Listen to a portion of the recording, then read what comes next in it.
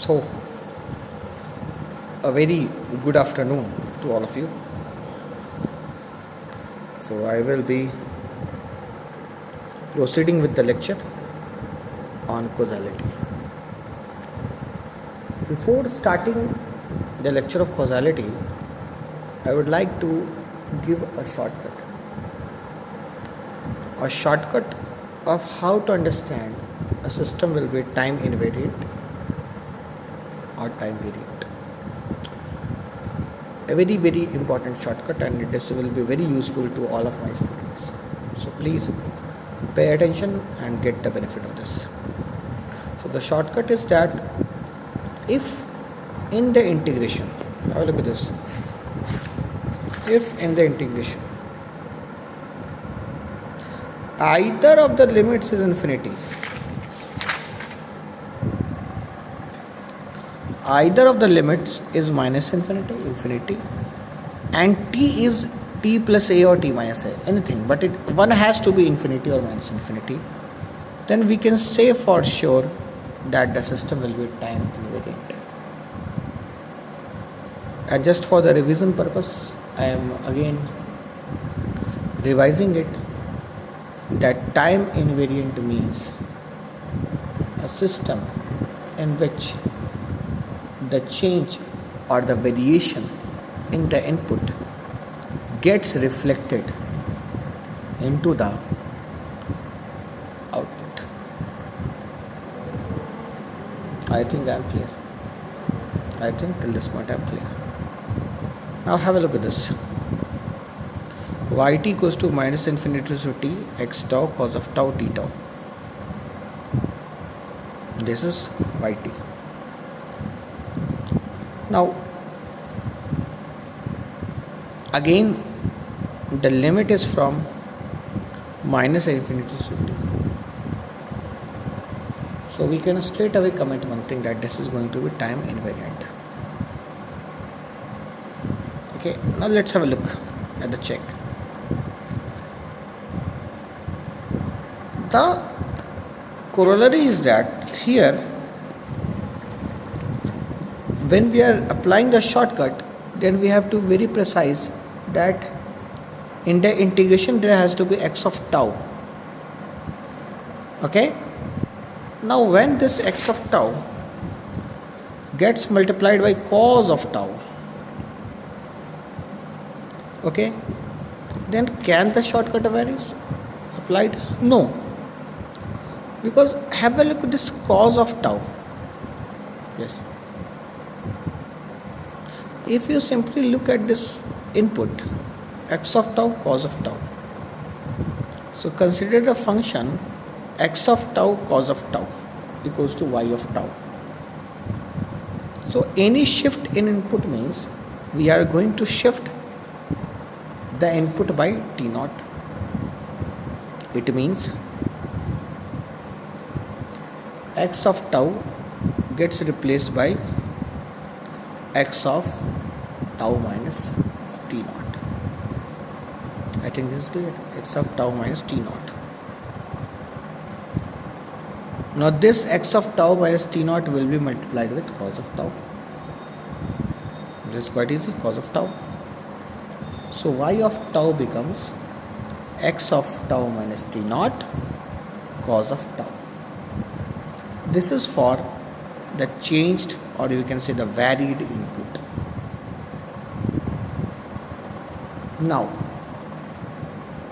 the second step for checking the time invariance is that we have to vary y of tau by t naught. So it becomes y of tau minus t naught. That is x of tau minus t naught cos of tau minus t naught. So just compare these two expressions. Expression 1, expression 2. These two are not equal. So the system is going to be time variant for sure. Now coming to this part, yt equals to t square plus 2t plus 1 into x of t. merely straight away looking at this expression, we can comment that this is going to be a time variant system. Because if t is varied by t naught, so it will become x of t minus t naught. And when y of t, the t in y of t is varied, then it will become t minus t naught the whole square plus 2 of t minus t naught into x of t minus t naught. Whereas the varied input will become t square plus 2t plus 1 into x of t minus t naught. And we can straight away say that both the terms are not equal. Now coming back to causal and non-causal systems. If we are looking at causal and non-causal systems, then again, first of all, I would like to take the example of a fan.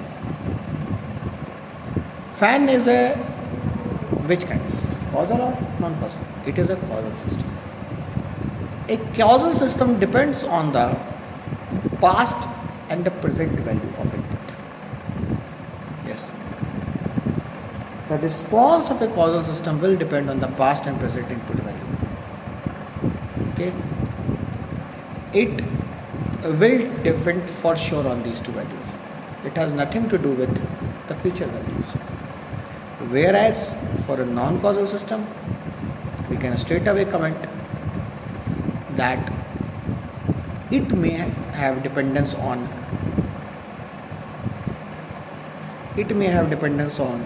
future value. Or for anti-causal system, we can comment the same. Okay. Now,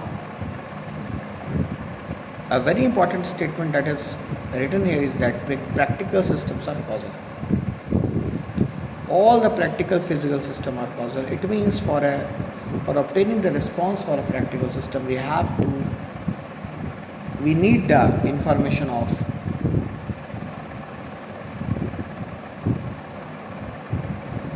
the past and the present input values.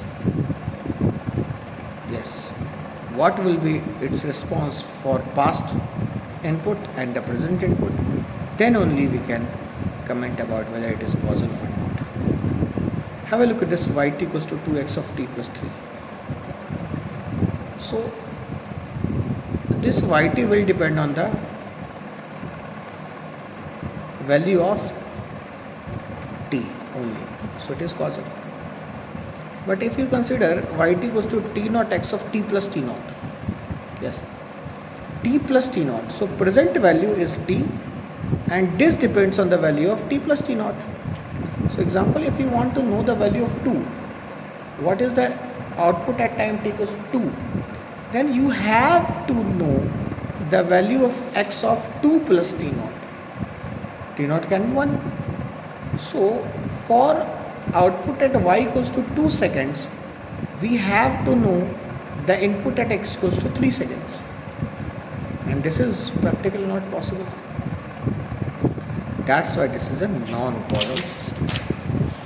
Now, let us take another example, that is yt equals to t plus 2xt. If we are taking this example, again it is t plus 2x of t. So y of 2 is t plus 2x of 2. Again we can comment that here for y of 2 we only need x of 2. Okay, we only need x of 2. So that from here we can straight away comment that the dependency of the present value is only on the present value of input. Okay, now have a look at this function yt equals to t plus 2 into x of t. It seems that for y of t, t plus 2 is required, but that instant of time is required. T equals to 3 may be required, but the value of input at x equals to 3 is not at all required. There is a difference in the expression of time and the expression of input at that time. There is a very, very big difference, huge difference, and this should be very clear. Often dealing with causality, students face this problem. They are not able to understand this thing. So I think this is clear. I will see you in the next lecture. Thank you.